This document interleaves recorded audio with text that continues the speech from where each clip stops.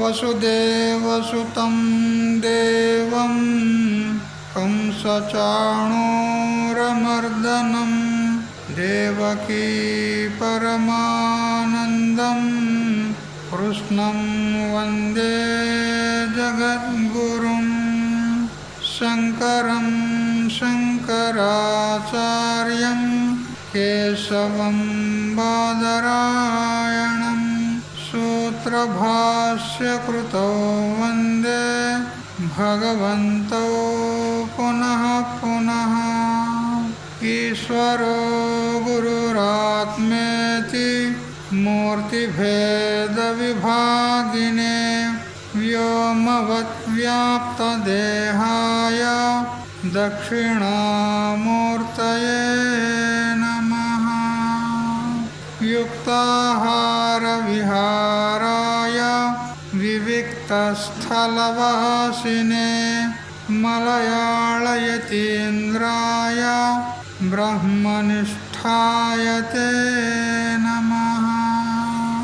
గీతా భాగవతాద్వైత తత్వామృతస్వరూపిణే గండిక్షేత్రనివాసాయ రామకృష్ణాయ తే నమః.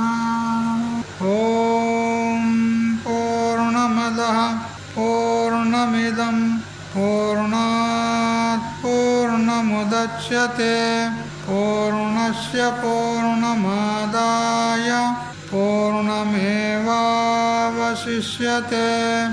ఓం శాంతి శాంతి శాంతి. స్వాంత పరికల్పిత బ్రహ్మాండాంతర్వర్తి సకల చరాచర ప్రాణికోట్ల యొక్క అసత్ జడ దుఃఖ మోహాత్మకమైనటువంటి సకల ఉపాధుల కంటే విలక్షణమై సత్తు చిత్తు ఆనంద రూపం చేత స్వయం ప్రకాశమానమై వెలుగొందుచున్నటువంటి ప్రత్యేక్ అభిన్న పరమాత్మకు సాష్టాంగ ప్రణమిల్లుతూ, ఆత్మీయులారా, శ్రీమద్ భగవద్గీత 13వ అధ్యాయము క్షేత్రజ్ఞ విభాగ యోగం. అందులో క్రమంగా 17 శ్లోకాలు తెలుసుకున్నాము. జ్ఞానం అనగా ఏమిటి, జ్ఞేయం అంటే ఏమిటి, ఈ విషయాన్ని విస్తారంగా శ్రీ గీతాచార్యులు ప్రతిపాదిస్తూ వచ్చి 18వ శ్లోకంలో ఉపసంహారం చేశాడు ఆ విషయాన్ని. క్షేత్రము, క్షేత్రజ్ఞుడు, జ్ఞానము, జ్ఞేయము అనేటువంటి విషయాన్ని ఉపసంహారం చేసి ఇతి క్షేత్రం తథా జ్ఞానం జ్ఞేయం చోక్తం సమాసతః మద్భక్త ఏతద్విజ్ఞాయ మద్భావాయోపపద్యతే అని ఆ విషయాన్ని ఉపసంహారం చేశాడు. శ్లోకం యొక్క చివరలో మద్భావ ఉపపద్యతే అన్నాడు. ఆ విషయం పైన శ్రీ సద్గురు మహర్షి మలయాళ స్వాముల వారు చక్కగా ఒక విషయాన్ని మనందరికీ సూచనప్రాయంగా చెప్పాడు. ఏమిటి అంటే, జ్ఞేయం యత్తత్ ప్రవక్ష్యామి అని 13వ శ్లోకం మొదలుకొని జ్యోతిషామపి తజ్జ్యోతి అనే 18వ శ్లోకం వరకు 6 శ్లోకాల చేత జ్ఞేయం అనగా ఏమిటి మనకు చక్కగా స్వరూప లక్షణం చేత తటస్థ లక్షణం చేత తెలియజేశాడు. జ్ఞేయం అంటే తెలియదగినది. తెలియదగినది ఏది అనంటే పరబ్రహ్మ వస్తువు. అయితే ఆ పరబ్రహ్మ వస్తువును తెలుసుకోవాలంటే మనలో జ్ఞాన లక్షణాలు ఉండాలి. ఆ జ్ఞానం గురించి మొదలే చెప్పాడు. అమానిత్వం, అదంబిత్వం, అహింసా, క్షాంతిరార్జవం అన్నట్టు. ఆ జ్ఞాన లక్షణాలు కలిగి జ్ఞేయమైనటువంటి పరబ్రహ్మ వస్తువును తెలుసుకోవాలి అని చెప్పినాడు. అయితే ఆ భగవంతుడు జ్ఞేయం ఉన్నాడు కదా, మరి ఎక్కడున్నాడు, ఎక్కడ ఉన్నాడని తెలుసుకోవాలి అనంటే స్వయంగా భగవంతుడు చెప్పాడు. హృది సర్వస్య విష్ఠితం, అందరి యొక్క హృదయాల్లోనే నేనున్నాను, ఆ నేనే సకల వేదముల చేత సకల శాస్త్రాల చేత తెలియదగినటువంటి వస్తువును. వేదైష్ట సర్వై అహమేవ వేద్య అని ముందు 15వ అధ్యాయంలో కూడా చెప్తాడు. సమస్త వేదముల చేత తెలియదగినటువంటి వస్తువు నేనే అన్నాడు. ఆ నేను ఎవరు? ఈ ప్రత్యేక అభిన్న పరమాత్మ అని చెప్పినాడు. అయితే భగవంతుడు ఈ శ్లోకాన్ని ఉపసంహారం చేస్తూ మద్భావాయోపపద్యతే అన్నాడు. ఇక్కడ అంటే నా యొక్క భావాన్ని పొందుతాడు అన్నాడు. ఎవరైతే జ్ఞాన లక్షణాలైనటువంటి ఆ గుణాలను సమకూర్చుకొని జ్ఞేయ రూపమైనటువంటి నన్ను తెలుసుకుంటాడో అతడు నా స్వరూపుడే అయిపోతాడు. అంటే అతనికంటే నేను వేరుగా కానీ నాకంటే అతడు వేరుగా కానీ ఉండము. అతడే నేను, నేనే అతడు. నా యొక్క భావాన్ని పొందుతాడు అని చెప్పింది. అయితే కొందరు భక్తులు ఉంటారు, సగుణ భక్తులు ఉంటారు. వారంటారు మాకు భక్తి ఒక్కటి చాలు, ఇంకా జ్ఞేయంతో పని ఏమిటి అంటారు. అంటే వాళ్ళు ఏ విధంగా భక్తి చేస్తారంటే మాకు భగవంతుడు భిన్నుడిగా ఉన్నాడు, మేము వారికి భక్తులము, సేవకులము, మేము వేరుగా ఉన్నాము, మా యొక్క యోగక్షేమాలన్నీ కూడా ఆ భగవంతుడు చూసుకుంటాడు, మాకు ఏ చింత లేదు, ఇంకా మాకెందుకు జ్ఞేయ వస్తువు ఇంకోటి తెలుసుకోవాల్సింది అని ఈ విధంగా కొందరు అంటారు. అట్లు కాదు అని ఇక్కడ మలయాళ స్వాముల వారు అంటున్నారు. అమానిత్వ జ్ఞానము కలిగి జ్ఞేయ బ్రహ్మమును పొందిన మాత్రమే మద్భావాయోపపద్యతే అంటే భగవదైక్యము లేక భగవత్ సమాన భావము కలుగునని తెలపడం అయినది. భగవంతుడు ఆ శబ్దాన్ని ఎందుకు పెట్టాడు? మద్భావాయోపపద్యతే అంటే అమానిత్వాది 20 గుణాలు ఏవైతే మనం చెప్పుకున్నామో ఆ అమానిత్వాది జ్ఞాన గుణములు కలిగి ఆ జ్ఞేయ రూపమైనటువంటి నన్ను పొందినంత మాత్రాన్నే అతడు నా స్వరూపుడైతాడు. అంతేకాని నేను భక్తి చేస్తే సరిపోతుంది అని మాత్రం అంతటితో అలం బుద్ధి పెట్టుకోవద్దు అంటాడు. అలం బుద్ధి అంటే నాకు భక్తి సరిపోతుంది చాలు అని మాత్రం అనుకోకూడదు. భక్తితో పాటు జ్ఞానం కూడా ఉండాలి. అప్పుడే భగవత్ స్వరూపుడు అవుతాడు. భగవత్ స్వరూపుడు అయితేనే జ్ఞేయ వస్తువును వాస్తవంగా పొందినట్టు. అదే మోక్ష స్థితి. మోక్షం అంటే బ్రహ్మం అంటే వేరే కాదు. బ్రహ్మమన్నా మోక్షమన్నా ఒకటే. ఎందుకు? మోక్షం యొక్క లక్షణము బ్రహ్మం యొక్క లక్షణము ఒకటే ఉంది.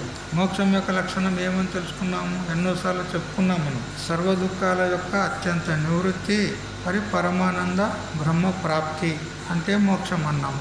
ఆ మోక్షం అంటే బ్రహ్మం అంటే వేరే కాదు. ఆ లక్షణం బ్రహ్మంలో కూడా ఉంది. కాబట్టి ఆ బ్రహ్మమును పొందడం అంటే ఏమిటి? బ్రహ్మరూపుడు కావడము. బ్రహ్మరూపుడు కావాలి అని అంటే ఈ అమానిత్వాది గుణములు కలిగి జ్ఞేయ వస్తువును తప్పకుండా తెలుసుకొని తీరాలి. అంతేగాని అలంబుద్ధి పెట్టుకొని కూర్చోరాదు. మేము చేసిన సాధన సరిపడింది, మాకు ఇక చాలు, మేము భగవద్భక్తి చేస్తున్నాము అని అలంబుద్ధితో కూర్చోరాదు. ముందు వెళ్ళి జ్ఞానాన్ని పొంది ఆ జ్ఞేయ వస్తువును తెలుసుకోండి, జ్ఞేయ స్వరూపులు కండి అని ఇక్కడ మలయాళ స్వాముల వారు చక్కగా ఉపదేశించారు. ఇక ముందుకు వెళ్ళిపోదాం. శ్లోకం 20 చదవండి. ప్రకృతిం పురుషం చైవ విద్యనాధి ఉభావపి వికారాంశ్చ గుణాశ్చైవ విద్ధి ప్రకృతి సంభవాన్. ఇప్పుడు ఇంకా 2 ప్రశ్నలు మిగిలినాయి. ప్రకృతి మరియు పురుషుడు, ఈ రెండింటిని గురించి మనం తెలుసుకోవాలి. ఇక ఈ విషయమే మొత్తం అధ్యాయ సమాప్తి పర్యంతం. అంటే ఇప్పుడు 20వ శ్లోకం నుంచి ప్రారంభమైంది. 34 శ్లోకాలు ఉన్నాయి. అంటే 15 శ్లోకాల ద్వారా ఇదే విషయము చెప్తాడు. ప్రకృతి అని ఏదైతే చెప్పబడిందో దీనికే మాయ, అజ్ఞానము, అవిద్య, ప్రకృతి, శక్తి అని అనేక పేర్లతో చెప్తారు. ప్రకృతి అని ఎప్పుడు వచ్చింది పేరు అని అంటే ప్రకృష్టవాచక ప్రశ్చ ఋతుష్ట సృష్టివాచక సృష్టౌ ప్రకృష్ట యా దేవి ప్రకృతి సా ప్రకీర్తిత అని అంటూ దేవి భాగవతం చెప్తుంది. అంటే ప్రకర్షణ అంటే లెస్సగా, నైపుణ్యంతో. కృతి అంటే సృష్టి, అంటే సృష్టిని చక్కగా రచన చేసేటువంటి సామర్థ్యం కలది. కాబట్టి ఈ మాయకే ప్రకృతి అన్నారు. అంటే సృష్టికి ఉపాదాన కారణం ఎవరు? ప్రకృతి, మాయ. మాయను తీసుకున్నప్పుడే సృష్టి రచన చేస్తాడు ఈశ్వరుడు. మాయను తీసుకోకుండా స్వతంత్రంగా ఏమి చేయడు. అందుకని ప్రకృతి అంటే సృష్టికి పరిణామి ఉపాదాన కారణము అని చెప్పడం అయింది. మరియు పురుషుడు అంటే చైతన్యం, పరమాత్మ. ఆ పరమాత్మ ప్రకృతిని తీసుకొనే సృష్టి రచన చేస్తాడు. అయితే ఆ ప్రకృతిని తీసుకొనే ఆ చైతన్యమే ఈశ్వరుడుగా జీవుడుగా తానే అయినాడు. శుద్ధ బ్రహ్మం వేరు. శుద్ధ బ్రహ్మంలో మాయా ప్రకృతి ఏదీ లేదు, కేవలం శుద్ధ చైతన్య స్వరూపం. అయితే కల్పితమైనటువంటి మాయను ఎప్పుడైతే స్వీకరించాడో అప్పుడు ఆ మాయ చేత, మాయలో ఉన్నటువంటి సత్వగుణ ప్రధానం చేత అతడు ఈశ్వరుడైనాడు. మరియు మలిన సత్వ ప్రధానం చేత జీవుడైనాడు. శుద్ధ సత్వ ప్రధానము మాయ చేత ఈశ్వరుడైనాడు, మలిన సత్వ ప్రధానం చేత జీవుడైనాడు. అతడే ఈశ్వరుడు, అతడే జీవుడు, రెండు విధాలుగా అయినాడు తానే. ఈశ్వరుడేమో జగత్కర్త అనబడతాడు, జీవుడేమో అల్పజ్ఞుడు, అల్పశక్తిమంతుడు, నానా అని ఈ విధంగా అనబడుతున్నాడు. అయితే ఇక్కడ ప్రకృతి పురుషుడు అని పురుష శబ్దం చేత ఇక్కడ శుద్ధ చైతన్యాన్ని తీసుకోవద్దు, జీవ చైతన్యాన్ని తీసుకోవాలి, జీవుణ్ణి తీసుకోవాలి. అయితే ఈ ఇద్దరు కూడా అనాది అన్నాడు ఇక్కడ. ప్రకృతిం పురుషంచైవ విద్యనాది ఉభావపి అంటే ఉభౌ అంటే ఇద్దరు కూడా అనాది విధి, వీరిద్దరు కూడా అనాదులు. అనాది అంటే ఉత్పత్తి రహిత వస్తువునకు అనాది అందురు. అనాది ఒక లక్షణం. అంటే ప్రకృతి కూడా ఉత్పన్నం కాలేదు, మరి జీవుడు కూడా ఉత్పన్నం కాలేదు, వీరిద్దరు కూడా అనాదులే అంటారు. లోకంలో ఒక పిడివాదం ఉన్నది. ఏమిటి అని అంటే విత్తనము మొదల చెట్టు మొదల అని అంటారు. విన్నారా ఎప్పుడన్నా? విత్తనము మొదల చెట్టు మొదల. మీరు చెప్పరు చెట్ట, విత్తనం ఎక్కడి నుంచి వచ్చింది, చెట్టు ఎక్కడి నుంచి వచ్చింది, మరి ఏది మొదలు? విత్తు లేకుండా చెట్టు రాదు, చెట్టు లేకుండా విత్తనం రాదు, మరి ఏది మొదలు? రెండు మొదలంటే ఎట్లా ఉంటుంది? ఏదో ఒకటి మొదలు ఉండాలి కదా. దీనికి సమాధానం లేదు. ఇక ఈ వాదం పెరుగుతూనే ఉంటుంది కానీ సమాధానం మాత్రం లేదు దీనికి. వాడొకటంటే వాళ్ళ ఎత్తు ఎందుకు కాదు, చెట్టు ఎందుకు అయిందని ఒకటి అంటాడు, చెట్టు ఎందుకు కాదు, విత్తనం ఎందుకు అయింది, ఇది ఎందుకు కాదు ఒకటి అంటాడు. ఇది ఇట్లే పోతూ ఉంటుంది, దీనికి సమాధానం లేదు. ఒకటే సమాధానం, అనాది, దానికి ఉత్పత్తి లేదు, బస్ ఇదే సమాధానం. అట్లా ఇక్కడ ప్రకృతి మరియు పురుషుడు ఇద్దరు కూడా అనాది అంటే వారికి ఉత్పత్తి అనేది లేదు. ఉత్పత్తి చెప్పాలంటే కారణం చెప్పాలి దానికి. ఇప్పుడు ఒక కుండ ఉత్పన్నమైంది అంటే దానికి కారణాలు ఉన్నాయి. మట్టి అనేది ఉపాదాన కారణం ఉన్నది, కులారుడు అనేవాడు నిమిత్త కారణం ఉన్నాడు, ఇంకా దండ చక్రము అనేటువంటి సామగ్రులు ఉన్నాయి. అన్ని కారణ సముదాయంతో ఆ కుండ ఉత్పన్నమైంది. అంటే ఉత్పన్నమైనప్పుడు దానికి కారణాలు ఉన్నాయి ఇక్కడ. కానీ ప్రకృతి ఉత్పన్నమైందంటే దానికి కారణం ఎవరు? పురుషుడు ఉత్పన్నమైందంటే దానికి కారణం ఎవరు? కారణాలు చెప్పాలి కదా, కారణం లేదు. ఒకవేళ ప్రకృతికి కారణం మరొకటి చెప్తే మరి దానికి కారణం ఎవరిని మళ్ళీ ప్రశ్న పడుతుంది. ఇట్లా పోతే అనవస్థ దోషము అంటారు దాన్ని. అంటే అవస్థానం అంటే ఒక స్థితి. ఇట్లా చెప్పుకుంటూ పోతే దానికి స్థితి అనేది ఉండదు, అంతే. ఇక పోతూనే ఉంటుంది, ప్రశ్న వేస్తూ ఉంటాడు, దానికి మరొకటి చెప్తాడు, దానికి మళ్ళీ ఎవరు, మళ్ళీ ప్రశ్న, మళ్ళీ సమాధానం, ఇట్లా పోతూ ఉంటుంది కదా. అప్పుడప్పుడు వినోదంగా చెప్తూ ఉంటాం కదా. ఇద్దరు గురు శిష్యులు ఉన్నారు, ఇద్దరు కూడా పెద్దగా తెలిసిన వాళ్ళు కాదు, శాస్త్రజ్ఞానం అంతగా ఏమీ లేదు. అయినా కానీ ఏదో కదా. ఇప్పుడు 5వ తరగతి చదువుకున్న పిల్లగాడు 1వ తరగతికి చెప్తాడు, ఇట్లా నేర్చుకో అని చెప్తాడు. వాడేం పెద్ద విద్వాన్ కాదు, ఏదో 5వ తరగతి చదువుకున్నాడు అంతే. అయినా కానీ ఇంకొని చెప్పగలడు. వాని ఒక స్థాయి మేరకే చెప్తాడు, అంతకంటే ముందు పోయి చెప్పడు వాడు. మనకి ఎంత తెలుస్తుందో అంతలో నుండే ఆ స్థాయిలోనే చెప్తాడు. అట్లా గురు శిష్యులు కూడా పెద్దగా ఏమి విద్వాన్లు ఏం కాదు, శాస్త్రజ్ఞులు కాదు. అయినా కానీ గురు శిష్యుల మాదిరిగా వ్యవహారం జరుగుతుంది. అయితే ఆ గురువు రామాయణం చెప్తూ ఉన్నాడు. రామాయణం చెప్తూ శ్రీరామచంద్రుని యొక్క తండ్రి పేరు దశరథ మహారాజు అని ఈ విధంగా కథ చెప్తూ ఉన్నాడు. చెప్తూ ఉంటే శిష్యునికి జిజ్ఞాస కలిగింది. ఏమనంటే దశరథ మహారాజు తండ్రి పేరు ఏం స్వామీజీ అని అడిగినాడు. దశరథ మహారాజు తండ్రి పేరు ఏంది అని అడిగితే ఆ గురువుకు తెలియదు పాపం. ఆయన అంటాడు, ఇప్పుడు నేను తెలియదని అంటే నేను గురువును అనేటువంటి విలువ లేకుండా పోతుంది, శిష్యుల ముందు నా పరపతి పోతుంది, ఏదో ఒకటి చెప్పాలి అని. దశ అంటే 10 కదా. తండ్రి పేరు ఏకాదశ మహారాజు అన్నాడు. దశరథ మహారాజు తండ్రి పేరు ఏకాదశ మహారాజు అన్నాడు. వాడంతటితో ఆగలే శిష్యుడు. మహారాజు ఏకాదశ మహారాజు తండ్రి పేరు ఏంది చెప్పు అన్నాడు. ద్వాదశ మహారాజు అని గురువు చెప్పినాడు. అతని తండ్రి పేరు ఏంది? త్రయోదశ మహారాజు. అయిపోయారు. వాడు ఆగుతలేడు, ఈయన ఆగుతలేడు, ఇక పోతూ ఉన్నది. దీనికి ఏమన్నా ఫుల్ స్టాప్ ఉందా? లేదు. అట్లా అందుకని అనాది అని ఒప్పుకుంటే ఒడిచిపోతుంది అంతే. దానికి కారణం అంటూ లేదు. కారణరహితమునకు అనాది అందురు, ఉత్పత్తి రహితమునకు అనాది అందురు అని కారణం లేదంటే చెప్తే అయిపోతుంది. ఎందుకంటే మరి ప్రకృతికి కారణం ఎవరు? ప్రకృతి అంటే మాయ. ఆ మాయకు కారణం ఎవరు? కొన్ని మీరు చెప్పుండ్రి, నేను అజ్ఞానిని అంటున్నారు కదా. నాకు బ్రహ్మ తెలియదు, పరమాత్మ అంటే తెలియదు, నేను అజ్ఞానిని అని మీరు అంటున్నారు కదా. ఈ అజ్ఞానము ఎక్కడి నుంచి వచ్చింది? దానికి కారణం ఎవరు? మీరే చెప్పండి. అజ్ఞానం అయితే ఉందని స్వీకరిస్తున్నారు, మరి అది ఎక్కడి నుంచి వచ్చింది? దానికి కారణం ఎవరు? మీరు చెప్పండి. అది ఉత్పన్నమైంది అని అంటే దానికి కారణం చెప్పాలి. మరి కారణం ఎవరు? మళ్ళీ ఏమంటారు? నాకు తెలియదని అంటారు. అంటే అజ్ఞానమే స్వీకరించినట్లయింది. అంటే అజ్ఞానానికి కారణం అంటూ లేదు, వచ్చింది అంతే. ఏదో మనకు భ్రమ అయింది, అజ్ఞానాన్ని స్వీకరించాం అంతే. అది కూడా కల్పితం, వాస్తవంగా ఒక వస్తువు కాదు, అది మనం కల్పించుకున్నాం అంతే. అది ఎక్కడి నుంచి వచ్చిందని మాత్రం అడగకు. కానీ ఎట్లా నివృత్తి అవుతుంది దానికి ఉపాయం ఉంది. అజ్ఞానం ఎట్లా నాశనం అవుతుంది దానికి ఉపాయం ఉంది.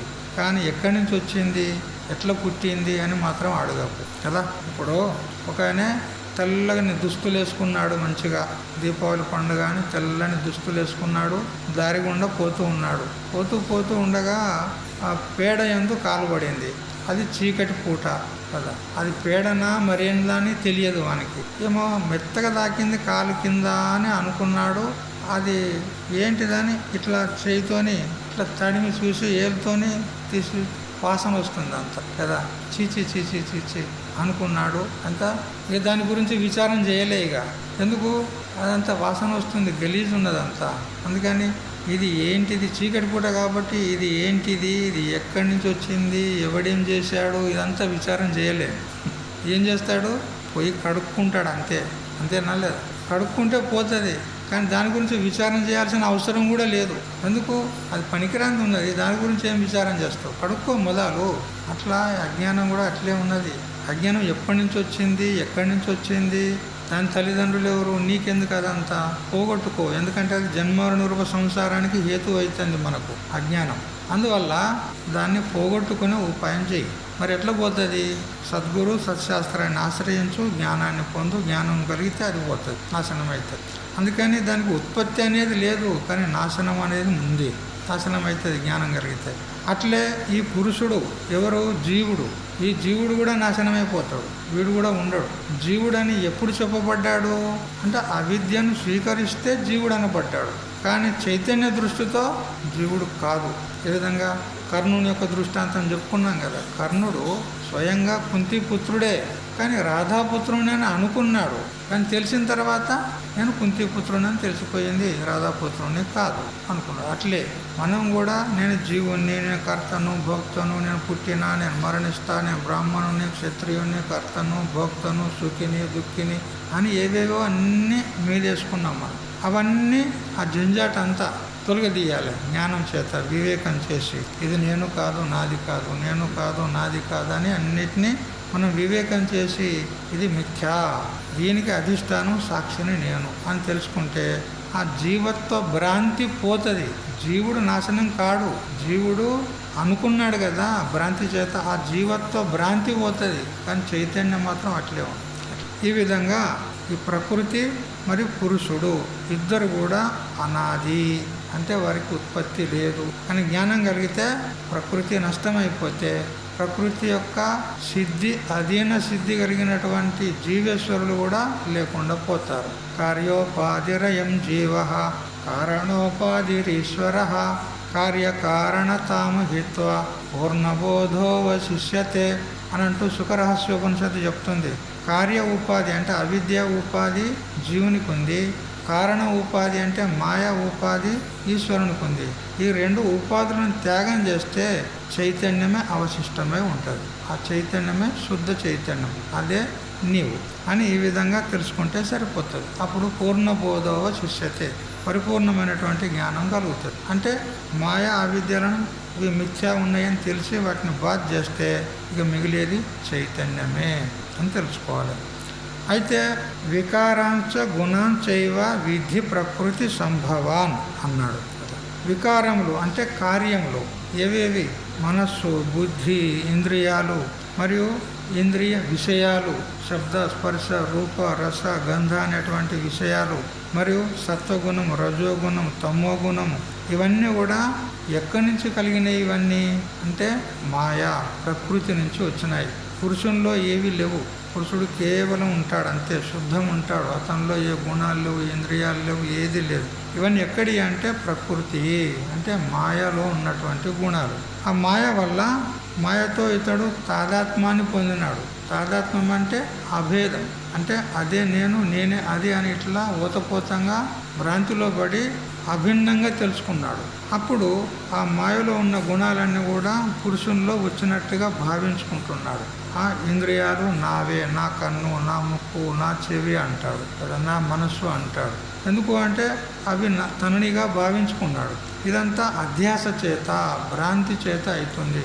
ఆ భ్రాంతిని తొలగదీసుకుంటే ఇక మిగిలేది తాను మాత్రమే ఉంటాడు. తదేకో వశిష్ట శివ కేవలోహం, కేవల శుద్ధ చైతన్యమే మిగులుతుంది అని చెప్తున్నాడు. తర్వాత 21వ శ్లోకం చూడండి, చదవండి.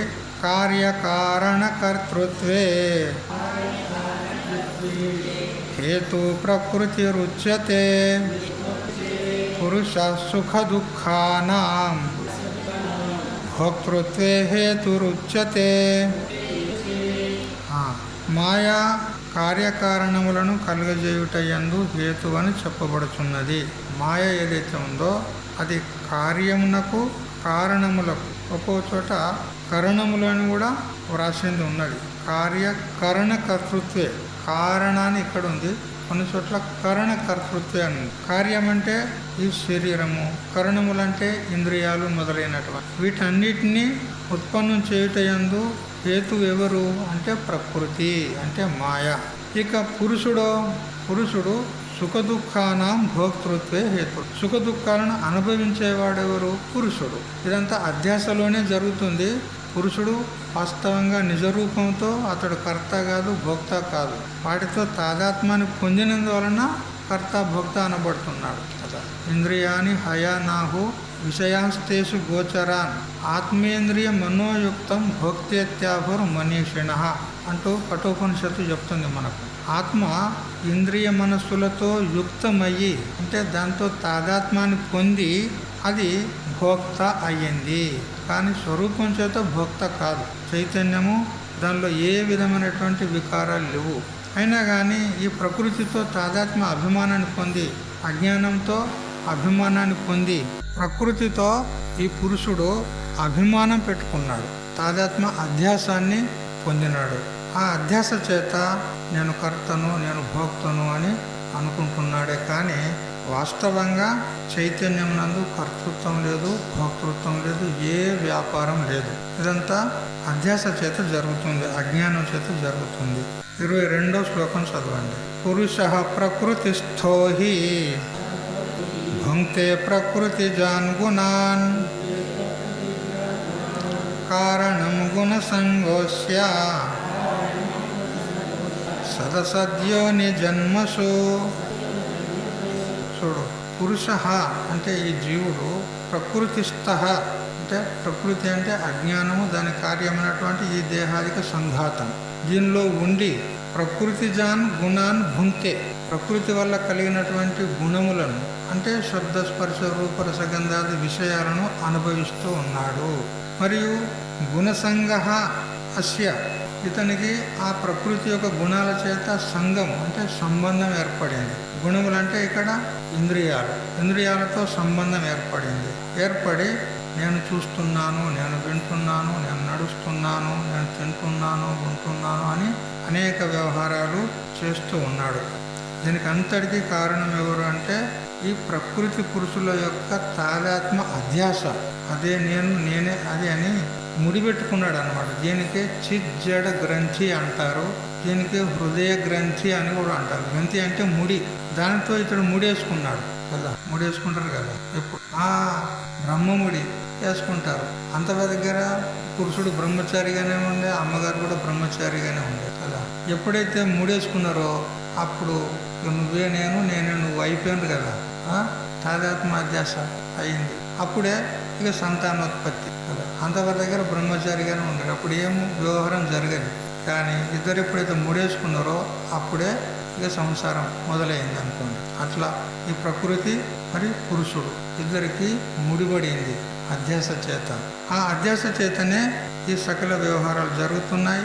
మరి ప్రకృతి యొక్క గుణాలైనటువంటి శబ్దాదులను, మరి ప్రకృతి యొక్క గుణాలైనటువంటి ఇంద్రియాలతో సంబంధం పెట్టుకొని ఆ శబ్దాల విషయాలను అనుభవిస్తూ ఉన్నాడు. మరియు ఆ అనుభవం చేత సంస్కారం ఏర్పడుతుంది. సంస్కారం చేత మళ్ళీ జన్మ వస్తుంది, మళ్ళీ పుడుతున్నాడు, మళ్ళీ చస్తున్నాడు, మళ్ళీ పుడుతున్నాడు, మళ్ళీ చస్తున్నాడు. జన్మ అనుభవ సంసారంలో కొట్టుకుపోతున్నాడు. ఇదంతా ఎందుకు జరిగింది అని అంటే ఆ ప్రకృతితో సంబంధం పెట్టుకున్నందుకు. అంతే, బుద్ధి గడ్డి తిని ఆ ప్రకృతితో సంబంధం పెట్టుకున్నందుకు జన్మవరణ రూప సంసారము ఏర్పడింది. అతడు ఇక సదసద్యోని జన్మసు, సద్జన్మలు అసజ్జన్మలు. సజ్జన్మ అంటే దేవయోని, అసజ్జన్మ అంటే నీచయోని, పశు పక్షి క్రిమి కీటక. ఈ రెండిటి యొక్క మిశ్రిత జన్మ మానవ జన్మ. పుణ్యం పాపం రెండిటి యొక్క మిశ్రిత జన్మ మానవ జన్మ. ఇట్లా అనేక జన్మల్లో వీడు తిరుగుతూ ఉన్నాడు అని చెప్తున్నాడు. అయితే మరి ఇదంతా అధ్యాసతో జరుగుతుంది కదా, మరి పురుషుని యొక్క వాస్తవ స్వరూపం ఏమిటి? ఇదంతా ఆధ్యాసిక వ్యవహారం. ఆ ప్రకృతితో తాదాత్మ అభిమానాన్ని పెట్టుకొని అతడు జన్మవరణ రూప సంసారంలో తిరుగుతున్నాడు. మరి అసలు వాస్తవ స్వరూపం ఏమిటి ఈ పురుషుంది, ఈ జీవుని యొక్క వాస్తవ స్వరూపం ఏమిటి అంటే 23వ శ్లోకంలో చెప్తూ ఉన్నాడు. చదవండి. ఉపద్రష్టానుమంతా చ భర్త భోక్త మహేశ్వరః పరమాత్మేతి చాప్యుక్తో దేహేస్మిన్ పురుషః పరః. పరమ పురుషుడు అనగా పరమాత్మ ఈ దేహమునందు సాక్షిభూతుడై సమీపమున ఉండి చూచుచుండు ఉపద్రష్ట అనియు అనుమోదించుతున్నాడు. పరమాత్మనే ఈ దేహంలో ఉండి, దేహానికి సమీపంలో ఉండి, అంతఃకరణానికి సమీపంలో ఉండి అక్కడ ఉపద్రష్ట అనబడుతున్నాడు. ఏ విధంగా యజ్ఞం చేస్తున్నప్పుడు అక్కడ యజమాని ఉంటాడు, యజమాని భార్య ఉంటుంది, ఋత్వికులు ఉంటారు. అందరికీ కూడా ఒకడు మెయిన్ ఋత్వికు ఉంటాడు అన్నమాట. ఆ యజ్ఞాన్ని చూసేవాడు. ఆ ఋత్వికులు వాళ్ళు మంత్రాలు సరిగా చదువుతున్నారా లేదా, అగిరి ద్రవ్యాలు సరిగా చేస్తున్నారా లేదా, ఇవన్నీ నిరీక్షణ చేస్తూ ఉంటాడు. ఒక పెద్ద ఋత్వికు, అతనికి ఉపద్రష్ట అంటారన్నమాట. ఆ విధంగా సమీపంలో ఉండి ఈ సాక్షి ఈ శరీరాన్ని, అంతఃకరణాన్ని, ఇంద్రియాలను, ప్రాణాలను అన్నిటినీ దగ్గరుండి చూస్తూ ఉన్నాడు. అంతే. అందువల్ల ఇతనికి ఉపద్రష్ట అని అంటారు. మరియు హనుమంత అంటే అనుమానం చేసేటువంటి వాడు, హనుమంత లేదా మననం చేసేటువంటి వాడు లేదా అనుమోదించేటువంటి వాడు అని అర్థం. మరి భర్త అంటే భరించేవాడు, భోక్త అంటే అనుభవించేవాడు, మహేశ్వర అంటే నియామకుడు, పరమాత్మ అపిచ పరమాత్ముడును, ఇది ఉక్త అని ఈ విధంగా అనేక శబ్దాల చేత చెప్పబడతాడు. ద్రష్ట, భర్త, భోక్త, మహేశ్వర, హనుమంత, ఉపద్రష్ట అని అనేక పేర్లతో చెప్పబడుతున్నాడు. ఈ సంఘాతంలో ఉండి సంఘాతాన్ని అపేక్షించి ఇవన్నీ పేర్లు ఇతనికి వచ్చాయి. ఈ శరీర రూప సంఘాతమే లేకపోతే అతనికి ఏ పేర్లు అసలు బ్రహ్మ ఆత్మ అని కూడా చెప్పడానికి వీళ్ళే. ఎందుకంటే చెప్పాలంటే వినేవాడు కూడా ఉండాలా లేదా? మరి చెప్పడము వినడము అనేది వ్యవహారం ద్వైతంలో జరుగుతుందా అద్వైతంలో జరుగుతుందా? ద్వైతంలో జరుగుతుంది. మరి ద్వైతం అనేది లేనే లేదు, ఉన్నది అద్వైతము. అద్వైతంలో వ్యవహారమే లేదు. మరి ఎవరికి చెప్పాలి? చెప్పడానికి ఆస్కారమే లేదు. బ్రహ్మ అనడానికి లేదు, ఆత్మ అనడానికి లేదు, ఏమీ వ్యవహారమే లేదు అక్కడ. అయితే బోధక వ్యవహారం జరగాలని ఈ విధంగా ఆరోపణ చేసి చెప్పుకోవడం జరుగుతుందే కానీ వాస్తవంగా ఆ పరమాత్మకు అసలు పేరు అనేది కూడా లేదు. ఎవరు పెట్టాలి పేరు? అతనికి ఇంకోడు ఉంటే కదా అతనికి పేరు పెట్టేది. ఒకటే ఉన్నది, ఏకం ఏవ అద్వితీయం బ్రహ్మ. రెండో వస్తువే లేదన్నప్పుడు అక్కడ ఏ వ్యవహారము లేదు. ఈ వ్యవహారం అంతా ద్వైతములో జరుగుతుంది. ఇది కూడా వాస్తవం కాదు. ఉపద్రష్ట అనగా యజ్ఞాది కార్యములు చేయనప్పుడు ఋత్వికులు చేయు కార్యములన్నీ సరిగా ఉన్నవా లేదా అని ఋత్వికుల కంటే వేరుగా సాక్షిగా ఉండి వాటి వ్యాపారాలను లేక కార్యములను గమనించుచుండును, లేక ముక్త జీవుని గురించి చెప్పబడినదని గ్రహించవలెను అని ఉపద్రష్ట యొక్క వ్యాఖ్యానం చేసినాడు మలయాళ సంలో వారు. తర్వాత 24వ శ్లోకం. య ఏవం వేత్తి పురుషం ప్రకృతించ గుణైః సహ సర్వథా వర్తమానోపి న స భూయోభిజాయతే. ఎవరైతే ఈ ప్రకారంగా అంటే గుణైః సహ పురుషం గుణములతో కూడినటువంటి పురుషుణ్ణి మరి ప్రకృతిని ఏవం అంటే పైన చెప్పిన ప్రకారంగా వేత్తి అంటే ఎవరైతే తెలుసుకుంటారో సహా అంటే అతడు సర్వతా వర్తమాన అపి అంటే ఏ ఆశ్రమములలో అనగా బ్రహ్మచర్యము కానీ గృహస్థము కానీ వానప్రస్థము కానీ సన్యాసము కానీ 4 ఆశ్రమాలు ఉంటాయి. మరి వర్ణాలు ఉంటాయి. బ్రాహ్మణ క్షత్రియ వైశ్య శూద్ర అనేటువంటి వర్ణాలు ఉంటాయి. అతడు ఏ ఆశ్రమంలో ఉండైనా ఏ వర్ణంలో ఉండైనా కానీ మరి గృహ వనాది ప్రదేశాల్లో ఉండి సర్వకర్మలను పరిత్యాగి అయి కానీ లేదా ఫలాపేక్ష లేక సర్వకర్మలు చేయువానిగా కానీ ఉండి ఎట్లున్నా కానీ అతడు భూయ అంటే మళ్ళీ నా అభిజాయతే అంటే పరమాత్మ యొక్క యథార్థ జ్ఞానం కలిగిన తర్వాత అతడు వ్యవహారం చేస్తున్నా కానీ ఆ వ్యవహారం చేత అతనికేమీ బంధము అనేది కలగదు. కానీ అజ్ఞానంలో ఉండి నేను చేస్తున్నాను అనేటువంటి అభిమానంతో కూడి కర్మలు చేస్తే మాత్రం ఆ కర్మలు బంధానికి కారణమవుతాయి. కానీ తెలుసుకొని చేస్తే అవి బంధానికి కారణం కావు.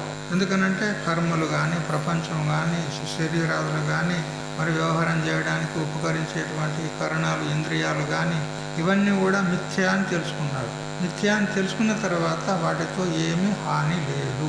ఏ విధంగా తాడు మీద కనపడేటువంటి పామును ఇది పాము లేదు, ఇది మిథ్యా సర్పం అని తెలుసుకున్న తర్వాత దాంతో భయము కానీ కంపనాలు కానీ కలుగుతాయో మనకు ఇది లేదని తెలుసుకున్నావు. తెలుసుకున్న తర్వాత ఇంకా దాంతో ఏం భయం ఉండదు. అట్లా ఆ విధంగా ఎవరైతే ప్రకృతిని మరియు పురుషుణ్ణి యథార్థంగా తెలుసుకుంటాడో అతడు ఏ వర్ణములో ఉన్నా ఏ ఆశ్రమంలో ఉన్నా ఏ అవస్థలో ఉన్నా అతడు ఏ విధమైనటువంటి కర్మలు చేసినా అతనికి ఏ విధమైనటువంటి కర్మల యొక్క బంధము ఉండదు. మరి సర్వతా వర్తమానోపి నస భూయోపి జాయతే అతను మళ్ళీ పునర్జన్మకంటూ రాడు, మళ్ళీ జన్మ అంటూ ఉండదు అని చెప్పి తర్వాత అయితే ఏ విధంగా వర్తించినా కూడా అతనికి పునర్జన్మ లేదని అంటే మరి జ్ఞానం కలిగింది నాకని చెప్పి ఇచ్ఛానుసారంగా వర్తించినట్లయితే మరి అతడు ముక్తుడా బద్ధుడా? ఇచ్ఛానుసారంగా అంటే తినబుద్ధి అయిన తిన్నాడు, తాగబుద్ధి అయిన తాగి ఉండు అంటే అభక్షభక్షను అప్పియప్పనం చేసినాడు, తినకూడదు కూడా తిన్నాడు. ఎందుకంటే నాకు ఇక మళ్ళీ జన్మ అంటూ ఏం లేదని చెప్పి విచ్చలవిడిగా యథేష్టాచరణం అంటారు. అంటే వానికి విచ్చలవిడిగా వానికి ఏది ఇష్టం వస్తే అట్లా ప్రవర్తించినాడు, యథేష్టాచరణం చేసినాడు. అప్పుడు అతనికి కూడా ముక్తుడు అంటారా? లేలే. ఎందుకంటే సాధనావస్థలోనే అతడు శాస్త్రీయ మార్గంలో ప్రవర్తించినటువంటి వానికి సాధ్యావస్థలో మళ్ళీ అశాస్త్రీయ వ్యవహారం ఎలా జరుగుతుంది?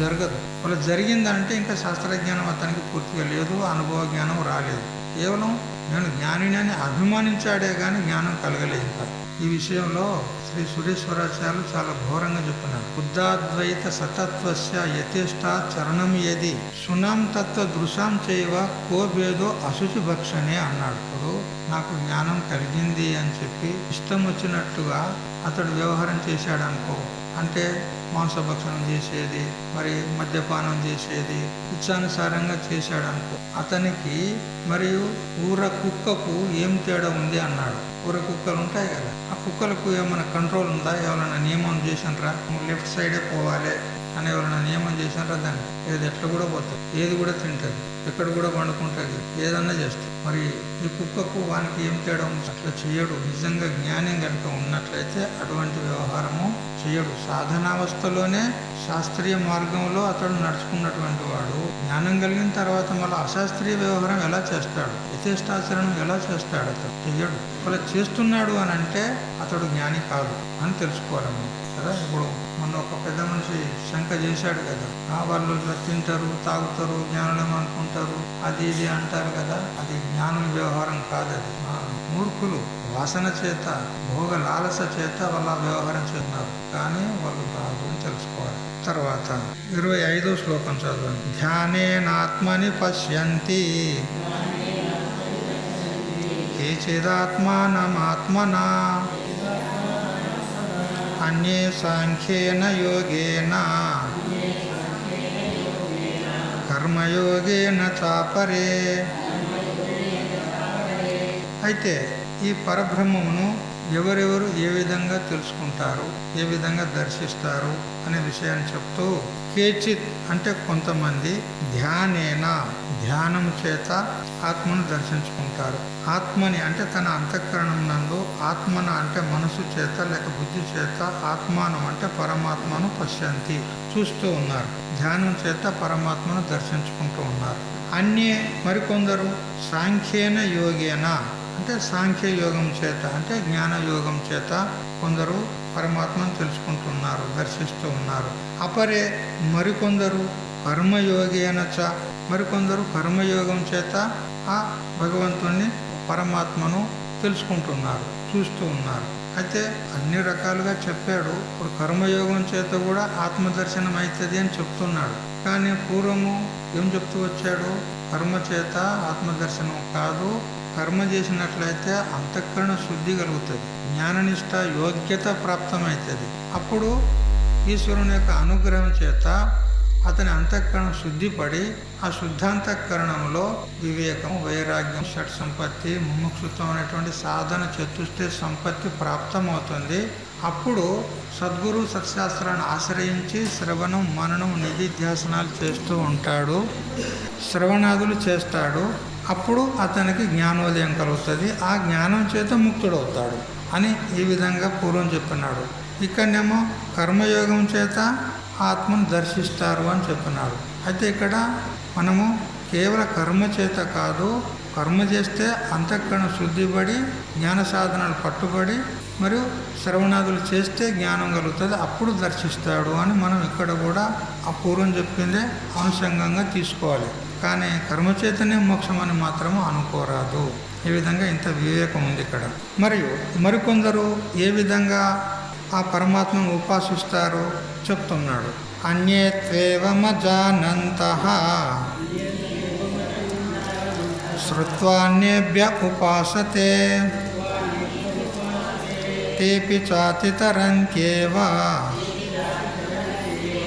మృత్యుం శృతిపరాయణాః.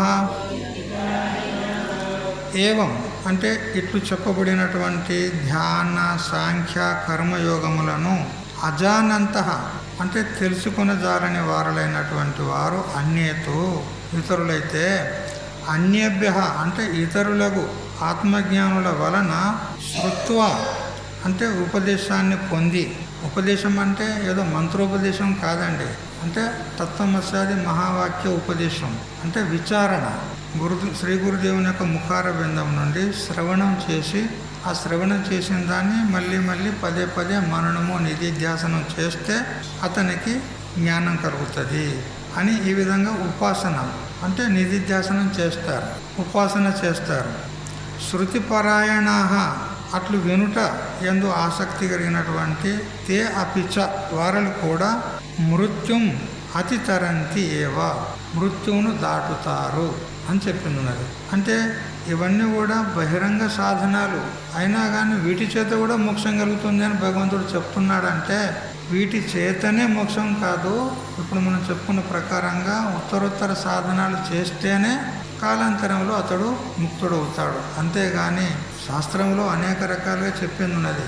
నువ్వు జపం చేసుకుంటే కూడా ముక్తుడవైతావని చెప్పింది ఉన్నది, నామస్మరణ చెయ్యి ముక్తుడవైతావని చెప్పింది ఉన్నది, తపస్సు చెయ్యి ముక్తుడవైతావని చెప్పింది ఉన్నది, నువ్వు దాన ధర్మాలు చేసుకో నీకు ముక్తి కలుగుతుంది అని చెప్పింది ఉన్నది. కానీ చెప్పినంత మాత్రాన అక్కడ తాత్పర్యం ఉండదు. నువ్వు దాన ధర్మాలు, నామస్మరణ ఇవన్నీ చేస్తే ఎప్పుడైతే అంతఃకరణ శుద్ధి పడుతుందో అప్పుడు జ్ఞాన సాధనాలు పట్టుబడిన తర్వాత గురుశాస్త్రాన్ని ఆశ్రయిస్తేనే జ్ఞానం, ఆ తర్వాత మోక్షం అని ఇట్లా పరంపర రూపంలో ఇక్కడ క్రమం ఉంటుందని తెలుసుకోవాలి కదా. లేకపోతే నువ్వు భజన చేసుకో, నామం చెయ్యి, ఆ జపం చెయ్యి, నీకు ముక్తి కలుగుతుందని చెప్పింది. కానీ చెప్పినంత మాత్రం అది తాత్పర్యం అక్కడ లేదు. ఎందుకంటే అంతఃకరణంలో మాలిన్యం అట్లే ఉండగా జ్ఞానం ఎట్లా కలుగుతుంది? అందువల్ల అంతఃకరణం శుద్ధిపడాలి. దానికోసం జపతపాదులు చెయ్యాలి, భజనాదులు చెయ్యాలి. అంతేగాని దాంతోనే ముక్తి కలగదు. ఇది దూరం సాధన. ముక్తికి కూడా సాధన ఉంది, కానీ దూరం సాధన. ఏ విధంగా ఒక ఆయన చెట్టు మీద మామిడి పండు ఉంది, ఆ మామిడి పండును కొట్టడానికి బాణంతో కొట్టినాడు. అయితే ఆ బాణాన్ని ధనుస్సుకు ఎక్కుపెట్టి అతడు గురి పెట్టి కొట్టినాడు. ఇప్పుడు ఆ మామిడి పండును పడగొట్టింది ఎవరు? బాణమా ధనుష? చేతిలో ధనుస్సు ఉంది, బాణమేమో అక్కడికి వెళ్ళి దానికి తాకింది. ఇప్పుడు పడగొట్టింది ఎవరు? బాణము. ధనుష? మరి ధనుసు కూడా సాధనమైందా లేదా ఆ పండును పడగొట్టడానికి? ధనుసు లేకపోతే బాణాన్ని ఎక్కడికి పంపిస్తాడు? అక్కడికి. అంతే కదా. ఇప్పుడు ధనుసు కూడా సాధనం ఉంది, కానీ సాక్షాత్ సాధనం కాదు. సాక్షాత్తుగా పండు దగ్గరికి వెళ్ళి పడగొట్టలే. ఎవరు పడగొట్టారు? బాణం. ఆ బాణం సాక్షాత్ సాధనం అయితే ధనుసు కూడా సాధనం ఉంది, కానీ దూరం సాధన, పరంపర సాధన అంటారు. అట్లా ఈ జపతపాదులన్నీ కూడా ఇవన్నీ దూరం సాధనాలు. జ్ఞానము దగ్గర సాధన. జ్ఞానం చేతనే మనకు ఫలం దొరుకుతుంది. ఏ విధంగా బాణము ఆ మామిడి పండు అనే ఫలాన్ని పడగొట్టింది, ఆ పండు మనకు ప్రాప్తమైంది బాణం ద్వారా. అట్లా జ్ఞానం చేతనే మోక్షం అనే ఫలం దొరుకుతుంది డైరెక్ట్గా. కానీ ఇతర సాధనాలు ఏవైతే చెప్పబడ్డాయో, జపము, తపము, నామస్మరణ, యజ్ఞము, దానము, ఆ తీర్థయాటన, ఇవన్నీ కూడా చెప్పింది. వీటితో కూడా నువ్వు ముక్తుడవుతావని కూడా చెప్పింది ఉన్నది, కానీ తాత్పర్యం అక్కడ లేదు. అవి బహిరంగ సాధనలు అనబడతాయి, దూరం సాధనలు అనబడతాయి. అవి కూడా మోక్షానికి సాధనాలే, కానీ దూరం సాధనాలు. వాటి ద్వారా అంతఃకరణం శుద్ధి కలిగితే అప్పుడు ముందు సాధనలను పొంది ముంగట సాధన చేసి జ్ఞానాన్ని పొంది ముక్తుడవుతాడు. అదే అన్నమాట. అందుకని సాక్షాత్తుగా అవే పరమ సాధనాలు, ముఖ్య సాధనాలు అనుకొని అక్కడే కూర్చోరాదు కదా. మాకు భజన చేయమని చెప్పిండు, మాకు నామస్మరణ చేయమని చెప్పిండు, నీకు మోక్షం కలుగుతుందని చెప్పిండు అని చెప్పి అదే గట్టిగా పట్టుకొని కూర్చోరాదు. అది సాధన ఉంది. దేనికి? అంతఃకరణ శుద్ధికి సాధన ఉంది, మోక్షానికి కాదు. మోక్షం దాని తర్వాత వేరే సాధనలు పట్టుబడితే అప్పుడు ముందు పోతాడు. అయితే మరి భజన చేయకుండా అంతఃకరణ శుద్ధి అయితే కలగదు. భజన అయితే తప్పకుండా చేయాలి, నామస్మరణ చేయాలి. చేయకుండా అయితే అంతఃకరణ శుద్ధి కలగదు. అంతఃకరణ శుద్ధి కలగకపోతే జ్ఞానం కలగదు. అందుకని ఇది కూడా సాధననే ఉంది, కానీ ఇదే పరమ సాధన కాదు. ఇక్కడ పొరపడుతున్నాం మనం చాలా బాగా కదా. అభిప్రాయం తెలుసుకోవాలి, వివక్ష తెలుసుకోవాలి. గ్రంథకర్త యొక్క లేదా గీతాచారుల యొక్క అభిప్రాయం ఏమిటి అది తెలుసుకోవాలి. ఈ విధంగా కొందరు శ్రవణం చేసి ఆత్మదర్శనాన్ని చేసుకుంటారు, వారు కూడా మృత్యువును దాటుతారు అని చెప్పినాడు. తర్వాత 27వ శ్లోకం. యావత్ సంజాయతే కించిత్ సత్వం స్థావర జంగమం క్షేత్రజ్ఞ సంయోగాత్ తద్విద్ధి భరతర్షభ. హే భరతర్షభ అంటే ఓ అర్జున, స్థావర జంగమం అంటే స్థావర జంగమాత్మకమైనటువంటి యావత్ కించిత్ సత్వం, ఏ కించిత్ వస్తువు అయినా, వ్యక్తి అయినా, ప్రాణి అయినా సంజాయితే పుడుతున్నదో తత్ అట్టి వస్తువు క్షేత్రజ్ఞ సంయోగాద్ విధి అంటే క్షేత్రము క్షేత్రజ్ఞుల యొక్క సంయోగం వల్లనే కలుగుతుంది అని తెలుసుకో కదా. ఏది ఉత్పన్నమవుతుందో జడ వస్తువులు కానీ, చేతనం ప్రాణులు కానీ, శరీరాలు, ఇవన్నీ కూడా క్షేత్రజ్ఞుల యొక్క సంయోగం చేతనే. క్షేత్రం అంటే ప్రకృతి, క్షేత్రజ్ఞుడు అంటే పురుషుడు. ప్రకృతి పురుషుల యొక్క సంయోగం చేతనే, అంటే తాదాత్మ అధ్యాస చేత, అజ్ఞానం చేతనే ఇవన్నీ పుడుతున్నాయి. కానీ శుద్ధ చైతన్యంలో ఏ వ్యవహారం లేదు. అది దేనికి కర్త కాదు, దేనికి కారణం కాదు. ఉత్పత్తి, స్థితి, లయం అని చెప్తారే, అది దేనికి కారణం కాదు. మాయను తీసుకుంటేనే, ప్రకృతిని తీసుకుంటేనే అది కారణమవుతుంది, లేకపోతే కారణం కాదు. అందుకని ప్రకృతి పురుషుల యొక్క సంయోగం చేతనే ఈ స్థావర జంగమాత్మకమైన సృష్టి అంతా ఉత్పన్నమైంది అని తెలుసుకో అన్నాడు. తర్వాత ఇప్పుడు మరి అంతా పరమాత్మ యొక్క కార్యమే అయినప్పుడు, అంతటా పరమాత్మనే నిండి నిభృతీకృతమై ఉన్నప్పుడు మరి నువ్వు ఏ దృష్టితో చూస్తావు? ఏ వస్తువును చూసినా, ఏ ప్రాణిని చూసినా ఇదంతా పరమాత్మ యొక్క స్వరూపమే అనేటువంటి దృష్టితో చూస్తే అది జ్ఞాన దృష్టి, సమదృష్టి, సర్వాత్మ భావన అంటారు. అటువంటి భావనలో ఉన్నటువంటి వాడు జీవన్ముక్తుడు అనబడతాడు. అది చెప్తున్నాడు. సమం సర్వేషు భూతేషు తిష్టంతం పరమేశ్వరం వినశ్యస్వ వినశ్యంతం యః పశ్యతి సపశ్యతి.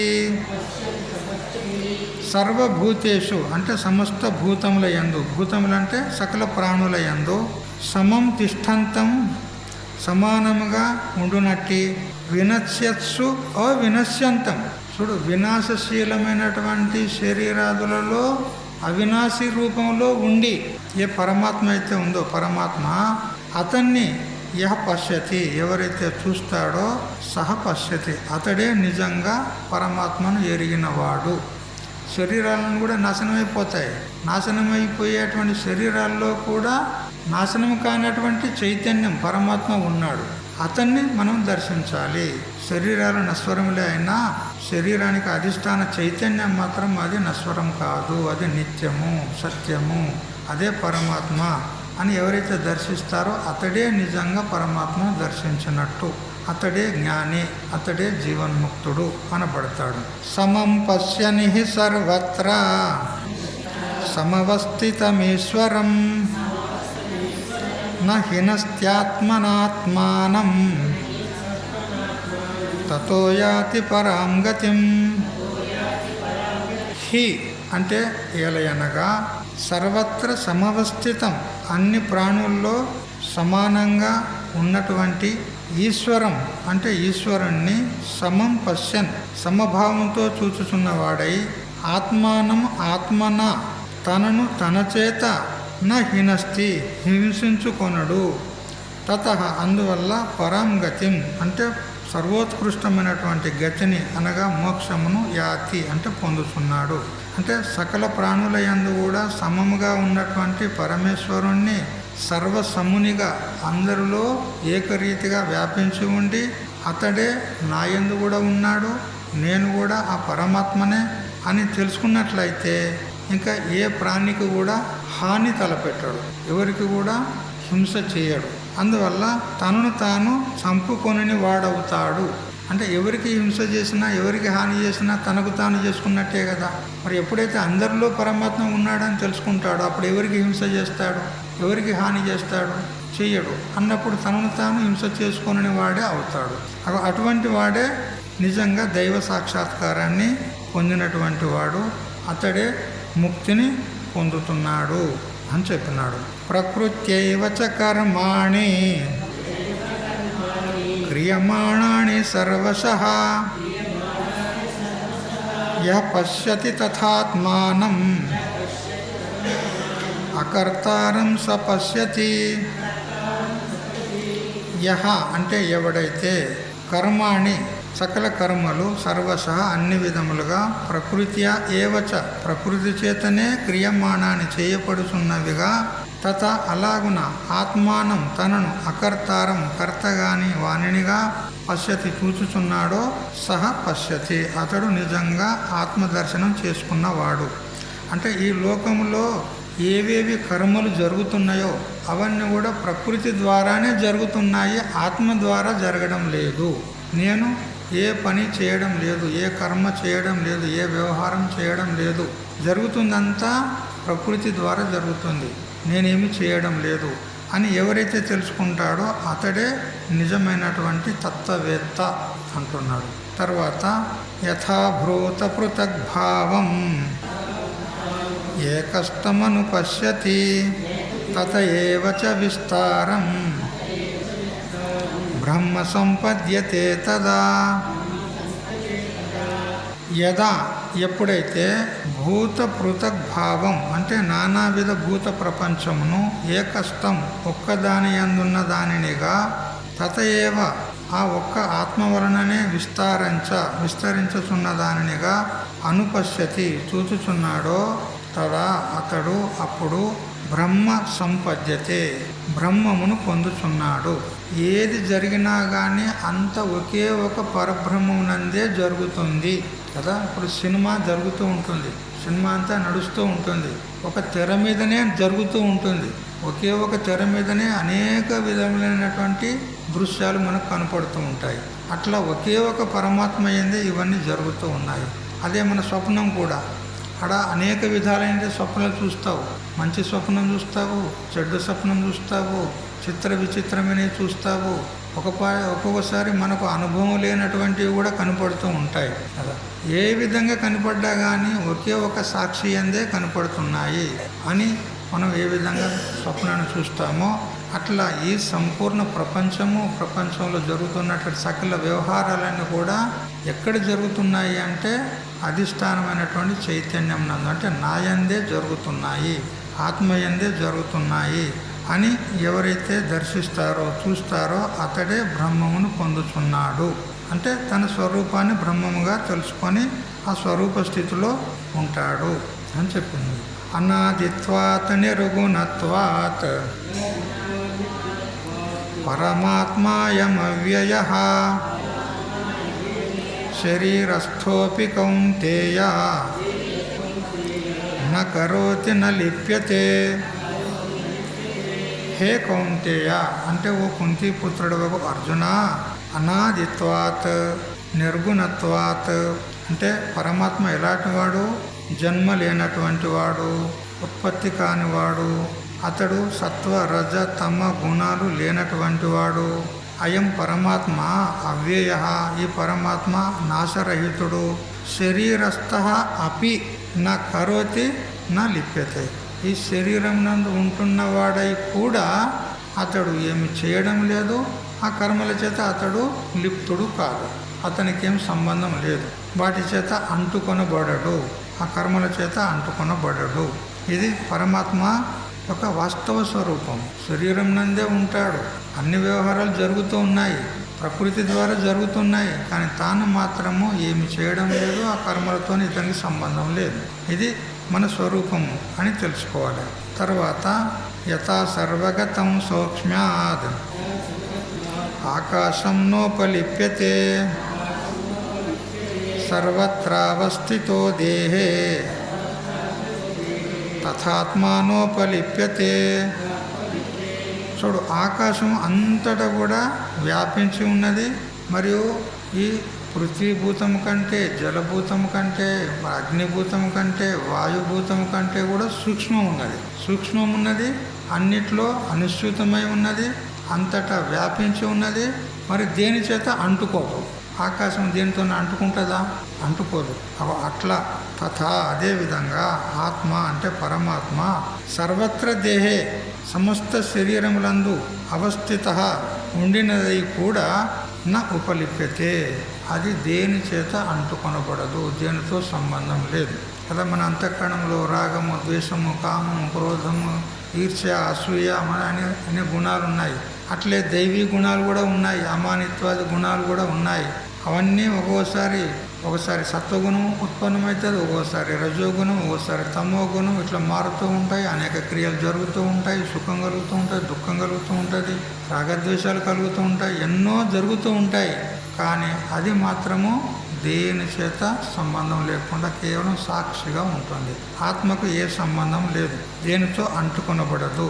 తర్వాత చివరి శ్లోకం, ఇంకొక శ్లోకం కూడా ఉంది. సరే, యథా ప్రకాశయత్యేకః కృష్ణం లోకమిమం రవిః క్షేత్రం క్షేత్రీ తథా కృష్ణం ప్రకాశయతి భారత. హే భారత అంటే ఓ అర్జున, యథా ఏకః రవి, ఏ విధంగా ఆకాశంలో ఒకే ఒక సూర్యుడు ఇమం కృష్ణం లోకం ప్రకాశయతి, ఈ సంపూర్ణ లోకాన్ని ప్రకాశిస్తాడు. సూర్యులు ఎంతమంది ఉన్నారు? ఒకడే. ఆ ఒకడే సూర్యుడు అన్ని లోకాలను ప్రకాశిస్తాడు. చూసారా? తథా అట్లా.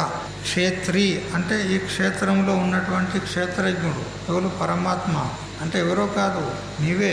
నీవు కృష్ణం క్షేత్రం ప్రకాశయతే, సంపూర్ణ శరీరాన్ని అంతటిని కూడా నువ్వు ప్రకాశిస్తున్నావు, అంటే తెలుసుకుంటున్నావు. తెలుస్తుందా లేదా మీకు? నఖశిఖ పర్యంతం మీ శరీరంలో ఎక్కడ ఏమి జరిగినా కానీ మీకు తెలుస్తుందా లేదా? కాలుకు ముళ్ళు గుచ్చుకున్నది తెలుస్తుంది, నెత్తి మీద ఏదైనా ఆఘాతం జరిగినా, ఏదైనా హాని కలిగినా అది మీకు తెలుస్తుంది. శరీరంలో ఎక్కడ దోమ వలన, ఈగ వలన మీకు తెలుస్తుంది. అంటే సంపూర్ణ శరీరంలో ఉండి సంపూర్ణ శరీరాన్ని కూడా మీరు తెలుసుకుంటూ ఉన్నారు. తెలుసుకుంటున్నారా లేదా? ఎవరు? ఆత్మ, నేనే కదా. ఈ ఆత్మ ఎవరో కాదు, పరమాత్మ. కాబట్టి ఏ విధంగా ఈ శరీరంలో ఉండి అంతటిని తెలుసుకుంటున్నావు, అట్లా సంపూర్ణ బ్రహ్మాండంతని కూడా వ్యాపించి ప్రతి చోట ప్రతి శరీరంలో కూడా ఏం జరుగుతుందో ఏకకాలంలో తెలుసుకుంటూ ఉన్నాడు పరమాత్మ. మన శరీరంలో ఉండి మనం ఏ విధంగా శరీరాన్ని అంతటిని తెలుసుకుంటున్నామో అట్లా సకల దేహాల యందు ఉండి కూడా అన్నిటినీ ఏకకాలంలో ప్రకాశిస్తున్నాడు, తెలుసుకుంటూ ఉన్నాడు పరమాత్మ. అందుకే అతడు జ్ఞానస్వరూపుడు అని చెప్పింది ఉన్నది. ఇక అంతిమ శ్లోకం చూడండి. క్షేత్ర క్షేత్రజ్ఞయోరేవం అంతరం జ్ఞాన చక్షుషా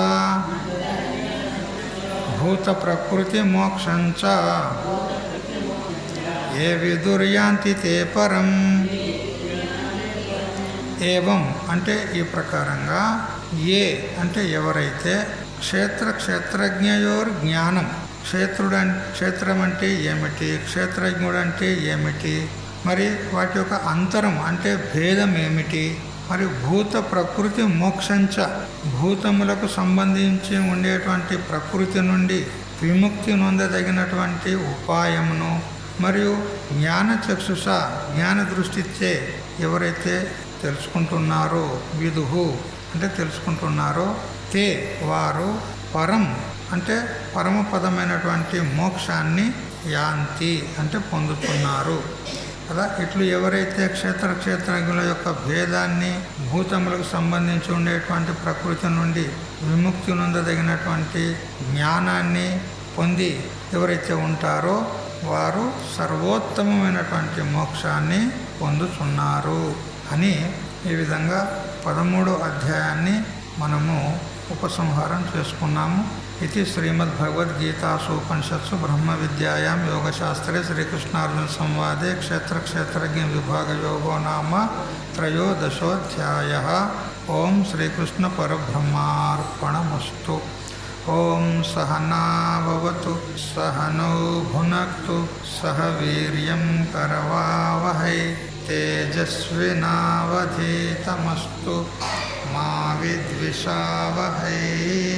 ఓం శాంతి శాంతి శాంతి.